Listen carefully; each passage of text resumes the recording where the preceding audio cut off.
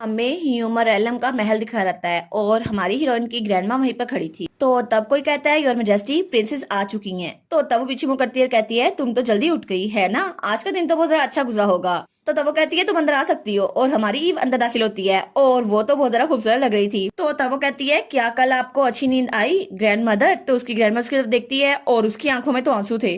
तो हमारी ईव कहती है क्या ग्रैंड माँ मैंने कुछ गलत कह दिया क्या, आप ठीक तो हैं, मुझे लगा मैंने कुछ गलत कह दिया। वो कहती है नहीं नहीं कोई बात नहीं, मैं कुछ ज्यादा बूढ़ी होती जा रही हूँ ना, इसलिए मुझे रियलाइज नहीं हुआ, मैं इमोशनल हो गई, मुझे माफ कर दो। और तब वो कहती है वैसे ये सुनकर अच्छा लगा जब तुमने मुझे ग्रैंडमा कहा। तो हमारी ईव सोचती है हाँ।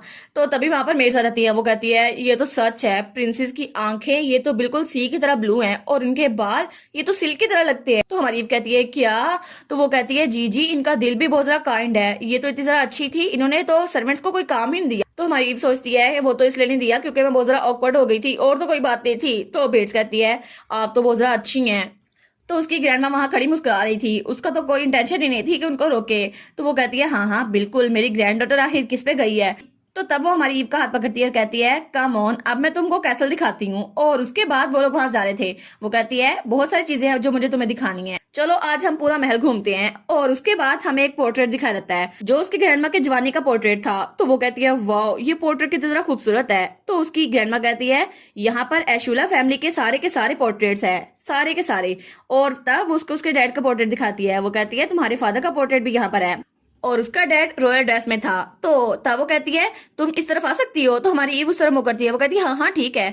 तो वो कहती है मैं तुमको वो पेंटिंग दिखाती हूँ जो तुम्हारे डैड को बहुत ज्यादा पसंद थी, यानी कि एडन को। और तब वहां पर एक पेंटिंग थी जहाँ एक लड़की थी जिसके व्हाइट कलर के बाल थे, जो कि हमारी ईव की तरह लग रही थी। वेल मुझे तो लग रही थी। तब वो कहती है ये इमेज ये लेजेंड के एक किंग का है। तो हमारी ईव कहती है क्या लेजेंड के किंग का। वो कहती है क्या वो आपके एंसेस्टर में से थी। तो उसकी ग्रैंडमा कहती है नहीं नहीं ये हमारे एंसेस्टर में नहीं थी, लेकिन ये रॉयल फैमिली के लिए एक बेनिफैक्टर बनकर आई थी, इसने हमारी बहुत ज्यादा हेल्प की थी। और जब बीस्ट और ह्यूमर एला में फाइट हुई थी तो सिर्फ एक ही लड़की थी जिसने हमें बचाया और हमारे एंसेस्टर को, और वो यही लड़की थी। और उसकी पावर्स तो इतनी ज्यादा थी कि ड्रैगन की फ्लेम को भी कम कर सकती थी। और तब वो हमारे लिए बहुत ज्यादा फायदेमंद थी, लेकिन रॉयल फैमिली ने उनको बहुत ज्यादा ढूंढा, लेकिन उसके बाद वो बिल्कुल गायब ही हो गई। और हमने उनकी काइंडनेस को याद करने के लिए उनका स्केच बनाया, लेकिन दोबारा कभी भी हमारे रॉयल फैमिली में से किसी ने भी उनको कभी नहीं देखा। और इसके अलावा हमें उनका आइडेंटिटी कुछ नहीं पता, सिर्फ हमें ये बताया कि उनके बाल इस तरह के दिखते थे और इसलिए हमने ये पोर्ट्रेट बना दिया। तो ईव उसको देखी जा रही थी। तो तब उसकी ग्रैंडमा उसको देखती है और वो सोचती है तुम भी बिल्कुल अपनी डैड की तरह इस पोर्ट्रेट को देख रही हो। जब एडन इस पोर्ट्रेट को देखता था तो बस उससे नजर नहीं हटा पाता था और उस वक्त भूल जाता था कि उसे खाना भी खाना है। तो हमारी ईव कहती है क्या। तो वो कहती है हाँ शायद इसीलिए तो उसने तुम्हारी मोम से शादी की क्योंकि उनके बाल भी सिल्वर कलर के थे। तो वो कहती है क्या मोम से इसलिए शादी की। तो वो कहती है मैं मजाक कर रही थी, चलो हम लोग ग्रीन हाउस चलते हैं, वहां पर तो हर्ब्स बहुत ज्यादा है जो एडन ने उगाई हैं। तो वो कहती है सच में डैड की हर्ब्स, फिर तो मुझे बहुत ज्यादा मजा आएगा। और उसके बाद वो ग्रीन हाउस में आ गए थे। वो कहती है वाह ये सारी की सारी हर्ब्स डैड ने उगाई हैं। और वो सोचती है अच्छा तो यहाँ पर डैड हर्ब्स की पढ़ाई किया करते थे। तो उसकी ग्रैंडमा सोचती है ये कितनी ज्यादा क्यूट है। तो तब वो कहती है ईव बाय द वे क्या हर वक्त तुम्हारे कान शो होते रहते हैं तुम्हारे वुल्फ एयर। वो कहती है नहीं नहीं नॉर्मली तो ये तब होते हैं जब मैं बहुत ज्यादा एक्साइटेड हो जाती हूँ या कंट्रोल लूज कर देती हूँ, लेकिन जब से मैं ईद से वापस आई हूँ ये छुप ही नहीं रहे। तो उसकी ग्रैंडमा कहती है अच्छा।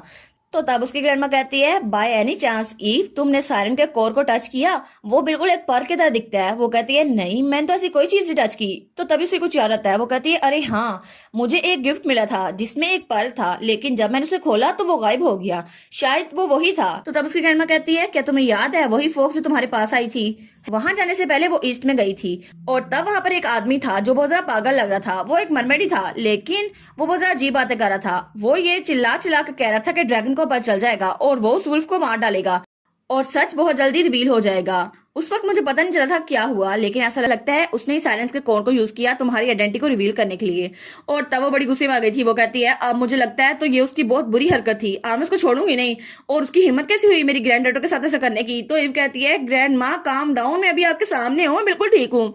तो उसकी ग्रैंडमा कहती है अच्छा ठीक है, लेकिन तुम्हारी नलिफिकेशन वेंजी की वजह से मुझे लगता है तुम्हारे कान ये ज्यादातर बाहर नहीं रहेंगे, ये कुछ दिनों में वापस नॉर्मल हो जाएंगे और उस कोर का फायदा इतना ज्यादा नहीं है, इसलिए बस ये कुछ दिनों में गायब हो जाएंगे, इसलिए तुम फिक्र ना करो।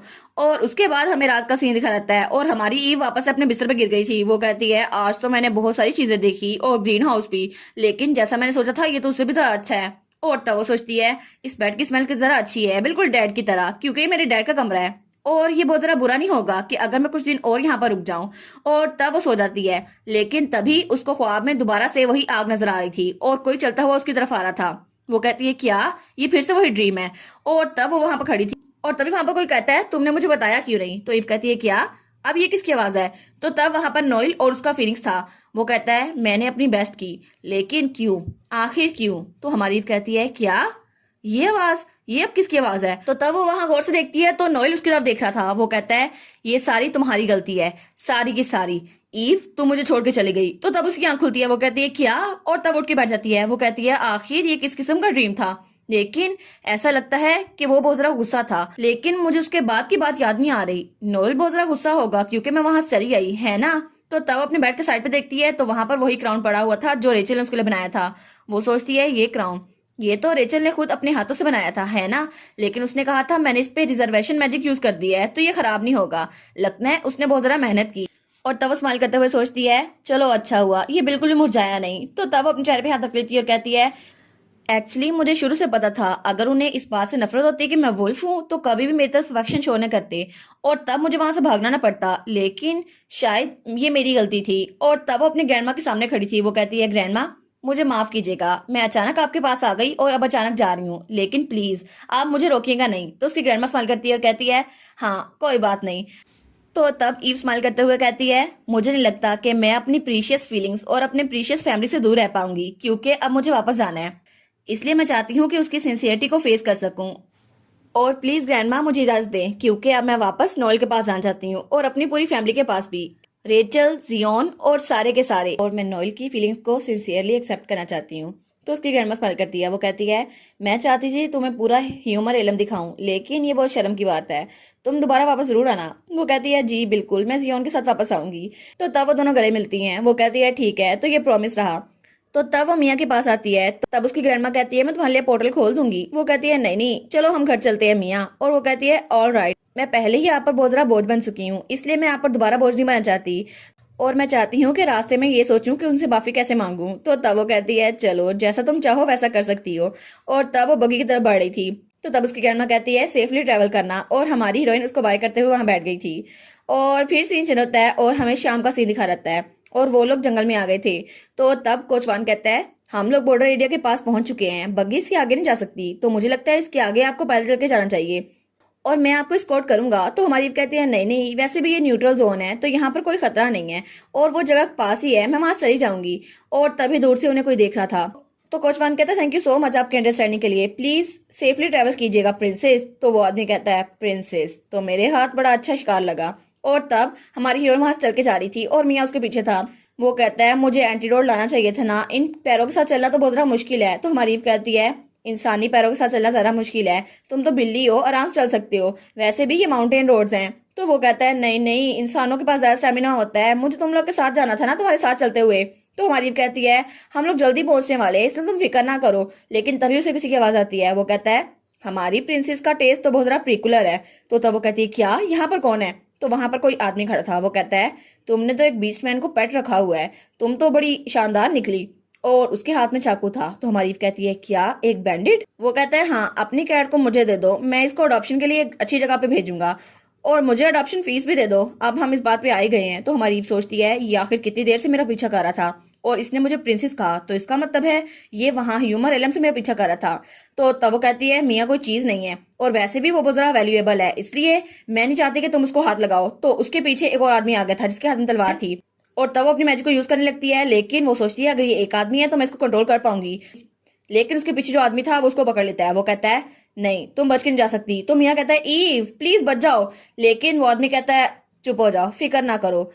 और तब वो चाकू उसके पास रखता है। वो कहता है क्योंकि ये सिर्फ एक खिलौना है, लेकिन मेरे हाथ में जो है ये एक असली तलवार है, इसलिए अगर तुम चाहती नहीं हो कि तुम मर जाओ तो प्लीज स्टे स्टिल।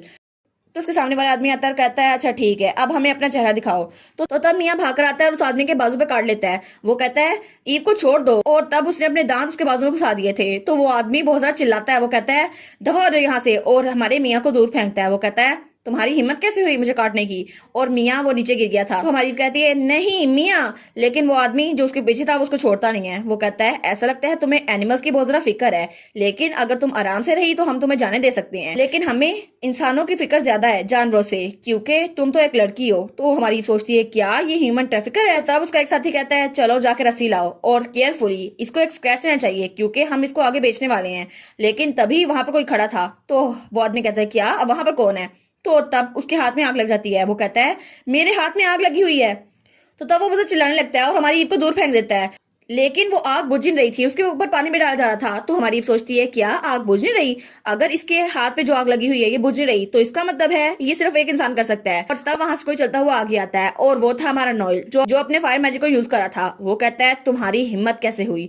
और वो तो बहुत ज्यादा गुस्से में लग रहा था। तो वो आदमी कहते हैं क्या ये तो एक मॉन्स्टर है। तो नोएल कहता है हाँ तुमने ये सब कुछ शुरू किया था। तो वो आदमी वहां से भागने लगता है। वो कहता है नहीं ये तो एक मॉन्स्टर है, हमें इससे बचना होगा। तो नोएल बड़ा गुस्से में आया हुआ था। तो तब उसने उस आदमी के ऊपर पूरी की पूरी आग डाल दी थी और वो आग में झुलस रहा था। तो हमारी ईव कहती है नहीं नोएल तुम ऐसा नहीं कर सकते। लेकिन नोएल की पेरेंट्स पूरी की पूरी बदली हुई थी। वो कहती है ये तो बहुत ज्यादा स्ट्रेंज है, इसके पेरेंट्स तो बिल्कुल वैसे ही है जैसे मैंने ख्वाब में देखा था। तो तब उसके पास आती है। वो कहती है नोएल प्लीज होश में आओ, लेकिन नोएल होश में नहीं आया था। तो वो उसको गले लगा लेती है। वो कहती है नोएल जाग जाओ। और वो सोचती है इसकी पूरी की पूरी बॉडी ये तो ऐसा लग रहा है जैसे लावा हो, इतनी ज्यादा गर्म है। और वो सोचती है आइस मैजिक नलिफिकेशन चाहे जो भी है जो भी मैजिक है प्लीज बाहर आओ, नोएल को शांत करो। और तब उसने अपना मैजिक यूज किया था और तब इर्द गिर्द बर्फ ही बर्फ थी और हमारी ईव वो अपनी आंखें बंद की हुई थी। तब नोएल उसके साथ मुड़ता कहता है ईव। तो ईव जब उसको देखती है तो वो कहता है मैं बस वापस जाने वाला था, लेकिन मुझे डर था कि तुम्हें कोई चोट ना आ जाए, मैंने रियलाइज नहीं किया और मैं यहाँ पर आ गया। तो हमारी ईव कहती है नोएल। तो वो कहता है तुमने मुझे कहा भी था कि मैं तुम्हें अकेला छोड़ दूं, लेकिन मुझे माफ कर दो, मैं तुम्हारी इजाजत के बगैर यहाँ पर आ गया, हालांकि तुमने मुझे मना भी किया था। लेकिन अगर तुम ऐसे रही ईव तो मैं तुम्हें खतरे में नहीं देख सकता, मुझे तुम्हें बचाने के लिए आना ही चाहिए था। और तब वो रोते हुए कहता है मैं इसको और बर्दाश्त नहीं कर सकता। और उसकी आंखों से तो बहुत ज्यादा आंसू निकल रहे थे। तो ईव उसकी तरफ देखती है और कहती है क्या नोएल तुम रो रहे हो। तो वो कहती है लेकिन क्यों नोएल ये आखिर ऐसा क्यों कर रहे हो। तो नोएल कहता है मुझे माफ कर दो, लेकिन ये मेरे रोने का वक्त नहीं है, मुझे माफ कर दो मेरी गलती थी। वो कहती है एक मिनट नोएल आखिर तुम रो क्यों रहे हो, आखिर क्या वजह है, मेरी तरफ देखो। तो नोएल वो अपना मुंह नीचे कर लेता है। वो कहता है नहीं मैं तुम्हारी तरफ नहीं देख सकता, तुमने मुझे ऑर्डर दिए थे लेकिन मैं तुम्हारी ऑर्डर को माना नहीं, हालांकि मैं तुम्हारे लिए कुछ भी कर सकता हूँ, लेकिन मुझे माफ कर दो, मुझे यहाँ नहीं आना चाहिए था। और तब वो अपने चेहरे को छुपाते हुए कहता है प्लीज मुझे माफ कर दो ईव, लेकिन दोबारा से कभी भी मुझे छोड़ के मत जाना क्योंकि मैं तुम्हारे बगैर नहीं रह सकता। और इसी के साथ ये वाला पार्ट यहाँ पर ख़त्म। तो आप लोग बताइएगा आपको ये पार्ट कैसा लगा। प्लीज़ लाइक करिएगा, कमेंट करिएगा और शेयर करिएगा। और जो न्यू व्यूवर्स हैं काइंडली वो चैनल को सब्सक्राइब कर दें। और पिछली वीडियोस का लिंक आपकी स्क्रीन पर नज़र आ रहा होगा तो काइंडली उनको भी चेकआउट कर लें। Thank you so much.